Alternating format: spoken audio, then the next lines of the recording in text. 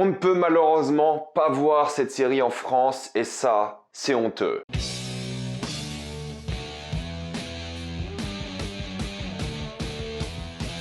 Peacemaker. Comme d'habitude, jusqu'à la minute indiquée dans le titre de la vidéo, il n'y aura pas de spoiler, jusque là vous êtes tranquille, après on va tout spoiler. Peacemaker est l'histoire du personnage de Peacemaker qui était l'un des héros du film Suicide Squad. La série se déroule après les événements du film et il va devoir se remettre en question après ce qui s'est passé et essayer d'affronter les nouveaux problèmes qui vont arriver dans sa vie, car évidemment après ce qu'il a fait, il y a forcément des conséquences. La série est uniquement disponible sur HBO Max aux États-Unis et pas disponible aujourd'hui en France, mais j'ai un moyen pour que vous regardiez cette série et c'est là qu'intervient le partenaire officiel de cette vidéo, Gamsgo. Gamsgo est une application qui vous permet de payer beaucoup moins cher les différentes plateformes de streaming comme Netflix, Disney+, et dans ce cas-là HBO Max. Alors je précise juste que pour HBO Max, il vous faudra aussi un VPN et vous allez comprendre pourquoi. En gros, il y a de plus en plus de plateformes de streaming, elles deviennent toutes de plus en plus chères et il faut débourser des sommes astronomiques pour avoir un compte sur toutes les plateformes. Ça devient de plus en plus dur de payer et quand vous partagez la somme en famille ou entre amis, à la limite ça passe, mais quand vous êtes tout seul ou quand vous n'êtes pas assez pour partager un compte, ça commence à devenir très cher. C'est là que Gamsgo intervient. Au fait, c'est un site qui vous permet de partager des comptes de plateformes de streaming et au début j'étais un peu perplexe, mais j'ai essayé et c'est super simple d'utilisation. Vous allez sur le site, vous choisissez un compte Netflix, même Spotify, Disney+, HBO Max, ce que vous voulez. Vous cliquez acheter un compte et vous avez instantanément un compte avec un mot de passe et un profil. Et c'est tout en fait, c'est aussi simple que ça. Vous allez sur le site, vous choisissez la plateforme, vous achetez et puis basta. Par exemple sur Netflix, il y aura un profil qui vous sera attribué et vous allez uniquement sur ce profil. Et vous vous dites comment est-ce que je peux faire confiance à des inconnus pour pas qu'ils utilisent mon profil. Si vous vous rendez compte qu'on a utilisé votre profil, ils savent qui l'a utilisé et en plus de ça, vous pouvez mettre un code sur votre profil et surtout, ils ont une assistance technique extrêmement efficace. Ils règlent tous vos problèmes extrêmement rapidement. Et si vous n'êtes pas satisfait, au lieu de payer un mois complet qui revient quand même à pas très cher comparé à ce qu'il faut payer normalement, ils vous remboursent au prorata. Si vous décidez de plus être abonné, ils vous remboursent la somme qui reste du mois en fonction du nombre de jours qui restent et vous pouvez prolonger comme vous voulez ou manuellement ou de manière automatique. Et si vous pensez que quelqu'un peut changer le mot de passe du compte, ne vous inquiétez pas, vous pouvez vous-même le réinitialiser depuis la plateforme et si jamais il y a encore une fois quelconque problème, le service est super rapide et l'assistance technique est juste extrêmement efficace. Et évidemment, on vous fournit avec un compte français, sauf pour HBO Max, pour lequel il faudra évidemment avoir un VPN, donc aller aux États-Unis et utiliser HBO Max. Le problème d'HBO Max, c'est qu'il fallait une carte bancaire américaine, mais là vous pouvez réserver un compte et ensuite utiliser un VPN. Si vous utilisez le code promo qui est affiché maintenant et vous utilisez le lien dans la description et dans le commentaire épinglé, vous avez 5% de réduction sur Netflix et 2% de réduction sur Disney+.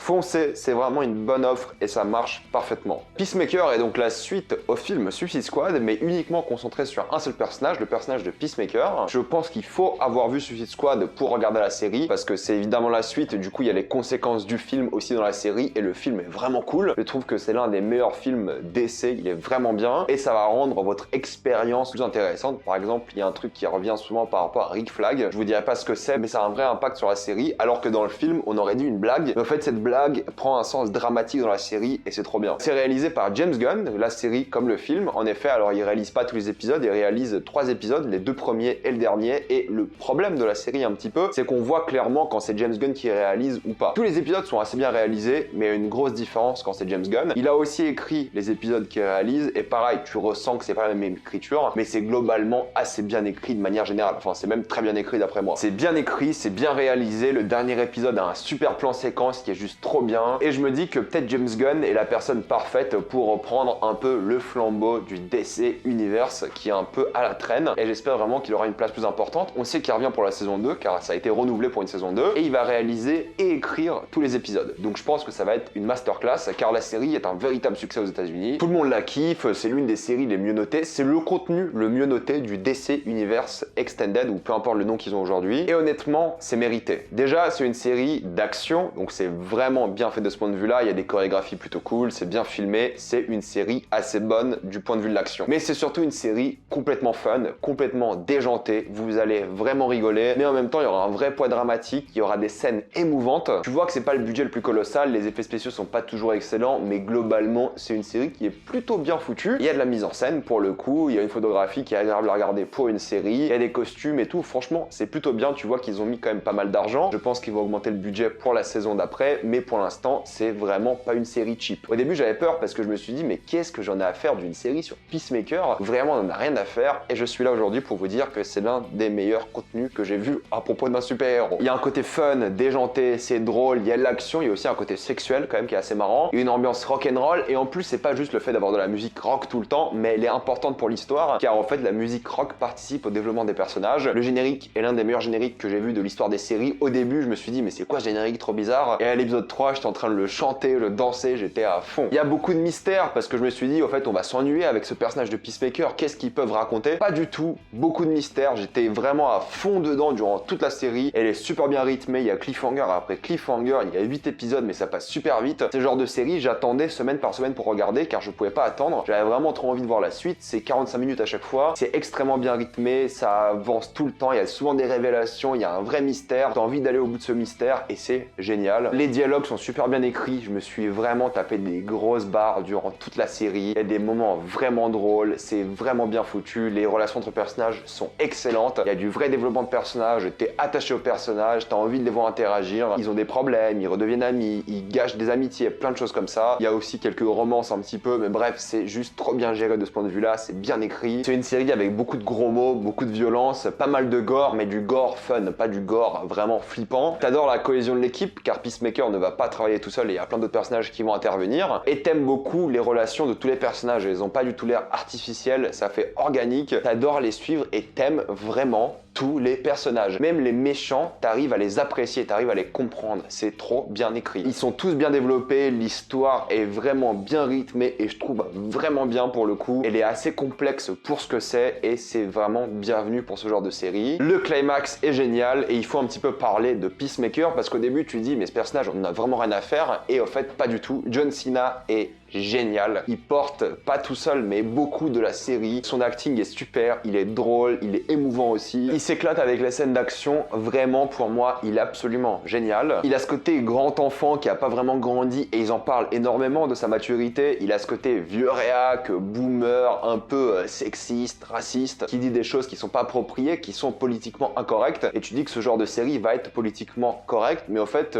pas du tout. Non pas qu'elle est incorrecte non plus, mais au fait, elle raconte juste des choses normales. L'un des personnages principaux est quand même une femme noire, parce qu'il se fait beaucoup critiquer James Gunn sur les réseaux à propos de ça. Femme noire qui est plus size, comme on dit, et lesbienne, ou homosexuelle, je pense que c'est le terme le plus approprié. Et au fait, voilà, comme ce que je viens de dire, le personnage de John Cena va faire plein d'erreurs, va dire plein de choses pas appropriées, et au fait, ils vont lui apprendre à bien parler, et il va toujours s'énerver, il va dire non, je dis ce que je dis. Il fait vraiment le vieux con réac, et à chaque fois, il y a des bons arguments, sans être trop woke, sans être trop politiquement correct. C'est juste des discussions qui ont l'air normales, avec des bons arguments, parce qu'au fait, ce personnage là c'est un grand enfant macho et c'est un peu son évolution. Et il reste macho aussi à la fin, mais avec un peu plus de complexité, un peu plus de douceur, et au fait tu l'apprécies. Alors qu'au début il dit des choses aberrantes. Comment il parle aux femmes, c'est de l'harcèlement sexuel, c'est terrible. Mais c'est aussi son évolution, donc vraiment bien foutu de ce point de vue-là. Pour moi c'est la grande réussite de cette série, mais tout est bien fait. Et pour conclure, Peacemaker, je vous la conseille énormément. C'est l'une de mes séries coup de cœur de ce début d'année. J'ai vraiment adoré la regarder, j'ai pris un énorme pied à la regarder, c'était trop bien. Divertissant, drôle, faut pas la prendre non plus trop au sérieux, mais pour ce que c'est, franchement, je me suis éclaté. C'est l'une des meilleures séries de super-héros que j'ai vues. Comment la regarder en France? Je vous ai proposé quelque chose en début de vidéo, certes, mais sinon, il faudra peut-être attendre si vous voulez pas, ou passer par d'autres voies que je ne recommanderais pas. Mais globalement, voilà, c'est une série qui mérite vraiment le détour. J'adorais les musiques rock aussi, vraiment trop bien. Vous allez adorer les personnages, franchement, peut-être ça va pas plaire à tout le monde. Si vous aimez pas le style James Gunn, les gros mots, les choses comme ça, le fait que ce soit pas sérieux, oui, alors vous allez sûrement détester. Et pour moi, qui aime ce genre d'ambiance, qui aime le travail de Gunn, j'ai adoré, j'étais vraiment trop à fond. Je vous la conseille, et pour ceux qui l'ont pas vu, attention car maintenant on va passer en spoiler.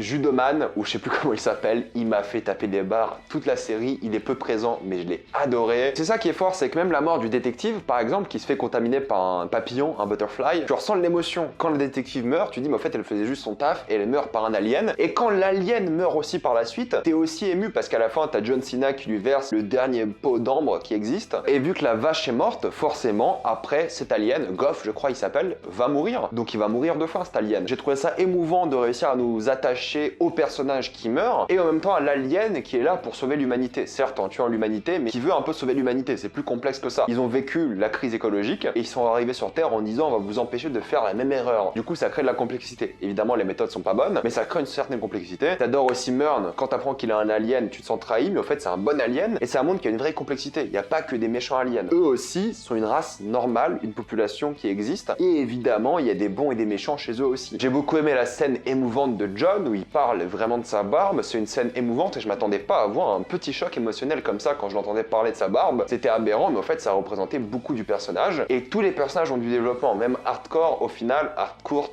je sais pas comment il prononce, à chaque fois t'entends Hardcore, mais c'est Hardcourt, un truc comme ça. Bien développé, t'apprends sur son passé, il y a une relation qui se crée avec John Cena qui est plutôt cool. D'ailleurs, d'après James Gunn, John Cena est en train de pleurer dans la scène finale de la série, mais la caméra est sur Hardcore, et du coup, c'est une scène émouvante qu'on voit même pas de John Cena. C'est un personnage qui était bien développé, comme Lyota, qui avait sa femme, qui avait l'histoire avec Waller, en fait, c'est la fille de Waller, donc ça a beaucoup d'impact pour elle. Il y a plein de choses comme ça qui étaient juste trop bien trouvées, trop bien foutues, et t'adores tous les personnages. L'engueulade entre Lyota et John Cena, enfin Peacemaker, j'ai trouvé qu'elle était bien foutue aussi, bien trouvée. Il s'éclate avec les masques, ça c'est cool aussi. Il s'éclate avec tout. Il y a un Iron Man raciste quand même dans cette série, et ça c'est trop drôle. L'histoire avec son père est cool, la manière dont il a vécu son enfance, ses traumatismes. Tu vois que Peacemaker c'est quelqu'un de fragile. Et je suis content que son père revienne car l'acteur est génial, et j'aime beaucoup l'idée des visions car les traumatismes te suivent. C'est pas parce que t'as eu ta origin story dans une saison qu'il va pas te suivre dans la saison 2. Donc il y a ce traumatisme par rapport à son frère, par rapport à son père aussi évidemment, mais j'adorais ces moments de fragilité, les moments où il se sentait vraiment faible, parce que ça faisait de lui un bon personnage complexe, parce qu'en même temps il essaie de compenser cette fragilité par son côté macho. C'est peut-être pas la chose la plus brillante jamais écrite, mais c'est extrêmement efficace. Et Vigilante, surtout au début, a volé le show pour moi. J'adore le personnage. La scène de torture m'a fait mourir de rire, j'ai adoré. Lui aussi bien développé, un peu plus hardcore. Vraiment, j'ai adoré. On adore aussi Igly, évidemment. On adore ce personnage. C'est un personnage en vrai, hein. C'est un aigle, mais c'est un personnage. L'histoire des câlins et tout, j'ai adoré. Vraiment, je me suis tapé un bon gros délire avec cette série. Je vous la conseille. Évidemment, à la fin, vous voyez la Justice League apparaître. Il y a donc